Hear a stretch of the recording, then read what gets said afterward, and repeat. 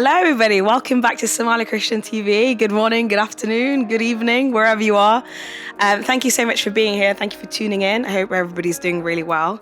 I wanted to talk today about culture and religion and them not being sort of one and the same kind of thing, because it's kind of been on my mind, especially recently with Ramadan and with sort of how things I've been seeing on social media and stuff. I kind of started to understand that when it comes to Islam, it's a lot of things are more to do with the fact that it's part of people's cultures, it's part of their communities. So the religion is so intertwined with everybody, and that's why it's so difficult to leave for a lot of people. So I just kind of wanted to talk about that a little bit, actually.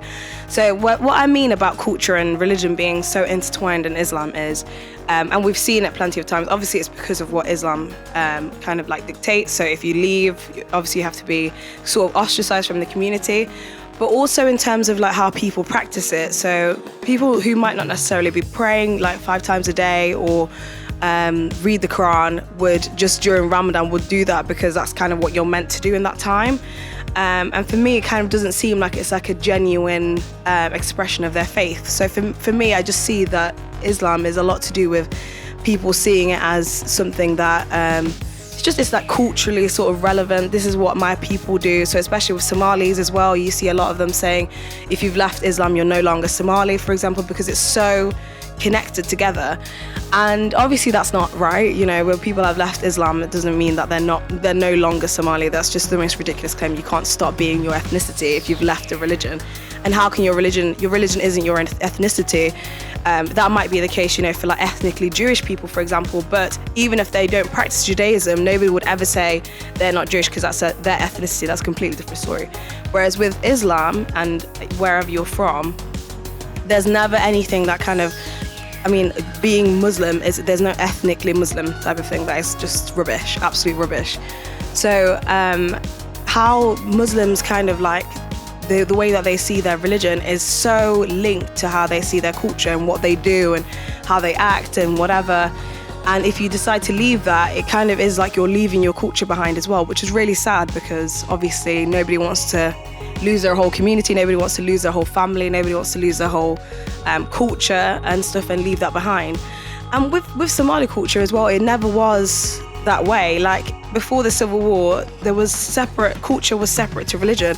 There was a lot of, you know, like from what I've heard and what I've seen on the internet and stuff, there was a lot of expressions of like artistic expressions where people would like go to the theatre, people would be acting, singing and dancing and doing all these type of stuff that maybe Muslims and Somalis now would kind of look down upon, and a lot of Somalis do look down upon the people who do those things, even if, you know, they are still Muslim.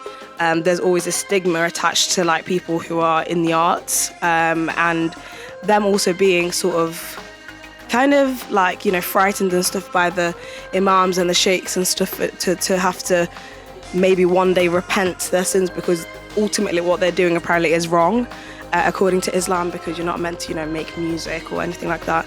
So it's really sad that we're kind of seeing our Somali culture kind of being a bit more, I don't know, in a way sort of like pushed down upon and ostracized in a way, and then eventually people who are artists and stuff, they feel like they have to leave to live like a proper Muslim life, otherwise they're not going to get to heaven or whatever.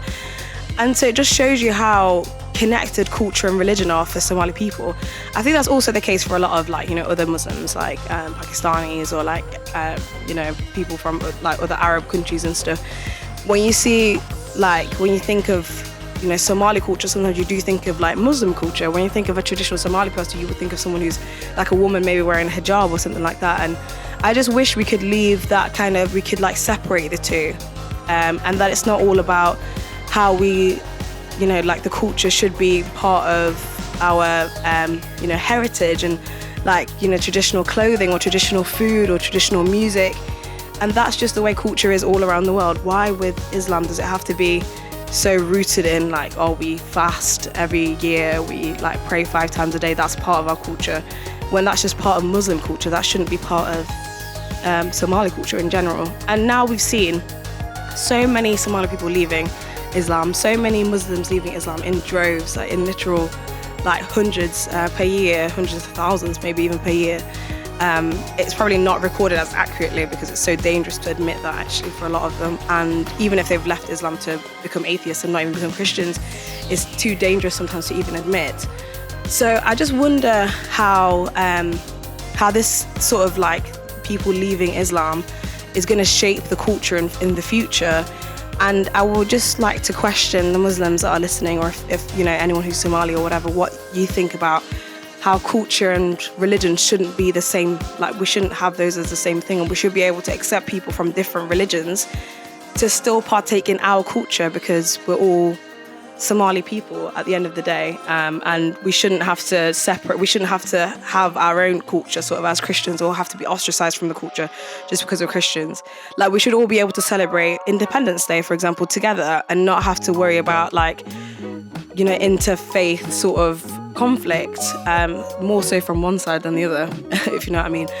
But yeah, it's just like food for thought. I think in an ideal society, and I think it's happening with this generation anyway, there's so many people that are actually leaving Islam. There's so many people who are using their brains, who are trying to, who are seeing how people are treated, who are seeing, reading up about things and stuff on the internet, thanks to, Google, our good old friend Google, teaching us a lot of things and stuff, and people really being able to learn a lot more, like, the God-honest truth about, their own religion.